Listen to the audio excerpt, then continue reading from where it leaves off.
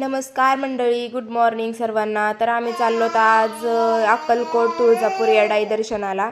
तर महिन्याच्या म्हणजे आता दुसरा वर्ष लागणार आहे, त्याच्यामुळं मी त्यांना म्हणलं होतं की आपण जाऊन येऊ म्हणून. आणि फायनली आज आम्ही चाललो आहे अक्कलकोटला. तर खूप दिवसापासून इच्छा होती, शिवला पण न्यायचं होतं. शिव झाल्यापासून मी म्हणत होते की आपल्याला अक्कलकोटला जायचं आहे, अक्कलकोटला जायचं आहे. पण काही कारणामुळं जाणं झालं नाही, त्याच्यामुळं आज आम्ही फायनली चाललो आहे. तर शिवांशी मस्ती बघा चालले गाडीत जाताना. तर फायनली आम्ही पोहोचलो तर अक्कलकोटमध्ये. एक थोडासा व्हिडिओ नाही घेतला मी, कारण शिवांश माझ्याकडे होता म्हणून, आणि मी मंदिरात येताना व्हिडिओ घेतला. आणि फायनली आम्ही आलोत मंदिरात, वटवृक्षाच्या मंदिरापाशी. श्री स्वामी समर्थ. मी कधी आले नव्हते अक्कलकोटला, पहिल्यांदाच आले होते, त्याच्यामुळं खूप आनंद झाला होता मला. आणि माझी खूप इच्छा होती की मी अक्कलकोटला जाणार.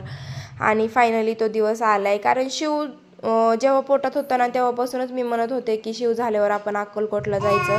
फायनली दिवस आला आणि खूप एक्साइटमेंट होते. आणि काय झालं तर माहिती आहे का, तिथं गड्या माणसांची वेगळी लाईन लागली होती आणि बायांची वेगळी लाईन लागली होती, त्याच्यामुळे हे आणि मी चुकलो होतो.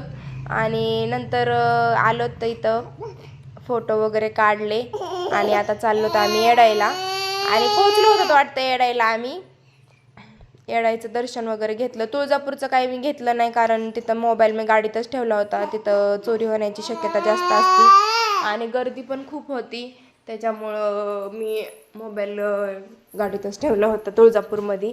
ते मी तुळजापूरचे व्हिडिओ काढले, ह्यांच्या मोबाईलमध्ये असतील, ते पण मी पोस्ट करीन. आता हे येडायच्या मंदिरात आलो होतो, पाय वगैरे धुतले आणि येडायचं दर्शन वगैरे घेतलं. इथं पण काही लय गर्दी नव्हती बरं का. दर्शन वगैरे घ्यायचं झालं आणि आम्ही खेळणी वगैरे घेऊन गेलो घरी. चला बाय, भेटू आपण पुढच्या ब्लॉगमध्ये. शिवांशला खूप म्हणजे इतके खेळणे आवडत होते, पण कमीच घेतले आम्ही.